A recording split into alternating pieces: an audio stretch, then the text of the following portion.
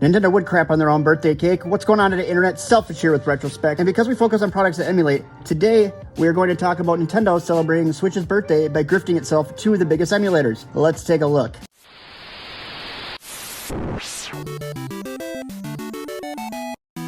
This is going to be my 11th take on this, so I'm just going to make it short, sweet, and to the point. To begin with, full disclosure, I in no way support piracy. I 100% believe the creators, developers, distributors, managers, etc. all deserve full credit and financials for whatever IP that they create.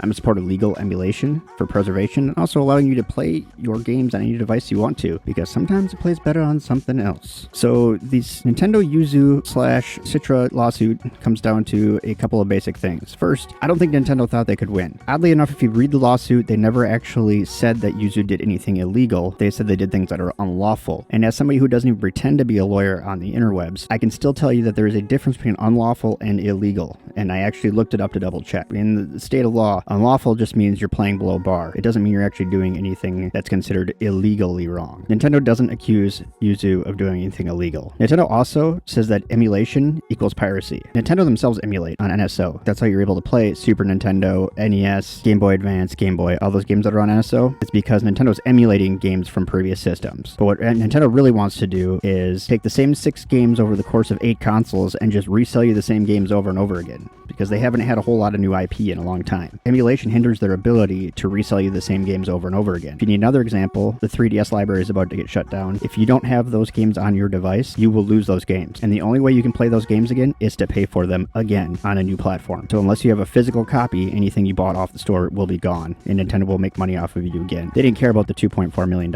That's nothing to Nintendo. This was a slap suit to take Yuzu out. Third, they actually accused Yuzu of something that Yuzu actually made a hard stance against, which was optimizing Tears of the Kingdom prior to the launch of the game. Now, on launch date, yeah, Yuzu was ready to go. Tears of the Kingdom played better on my Odin than it did on my Nintendo Switch. Here's where emulation should be legal as well. And I'm not saying you should play pre-releases, but like I pre-ordered a copy of Tears of the Kingdom. Nintendo got my money for that IP. I'm not saying I did or didn't play it ahead of time, but even if I had, I'd already paid for the game. No love or money lost. Nintendo's upset though because I didn't play it on the Switch, maybe, if that was the case. I also may or may not have ripped my own copy of Tears of the Kingdom so I could play it on my Odin, which again, I should be able to play it on whatever I want. Now, here's the best part of Yuzu settling this case, even for an astronomical amount of money for a small developer like that. Yes, they were making close to $30,000 a month off of selling their gold membership, but at the end of the day, they're an LLC. They're just going to file for bankruptcy. They're not going to pay Nintendo anything. And Nintendo knows that. But Nintendo now owns Yuzu and Citra, which sucks because they're 2 of the best emulators out there. Nintendo took 2 of the best emulators off the market, and it didn't really cost them anything. And nobody wants to challenge DRM. Nintendo doesn't want to challenge it. Yuzu doesn't want to challenge it. Nobody wants to challenge it. But the benefit of Yuzu settling prior to this being litigated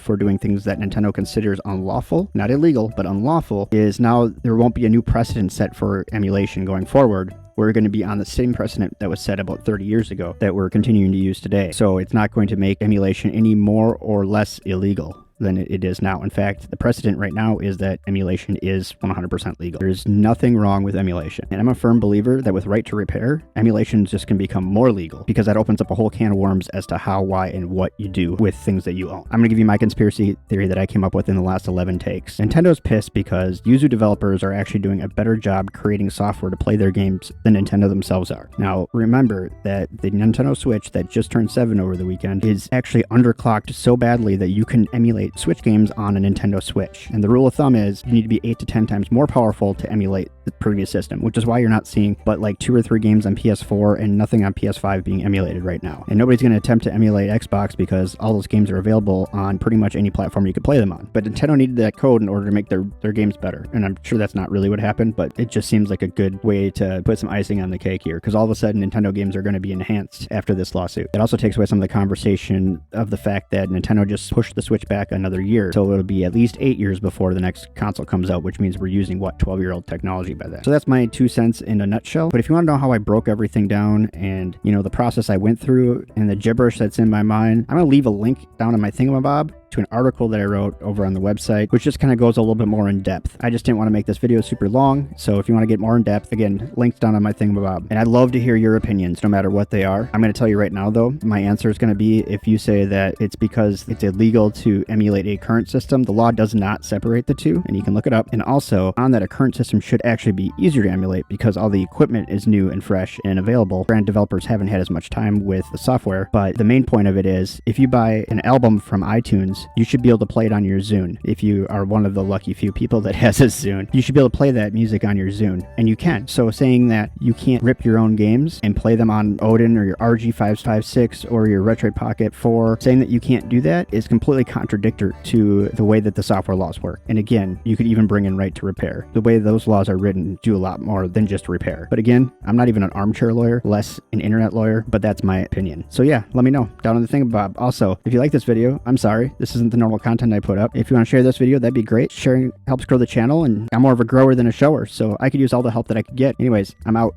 Bye-bye.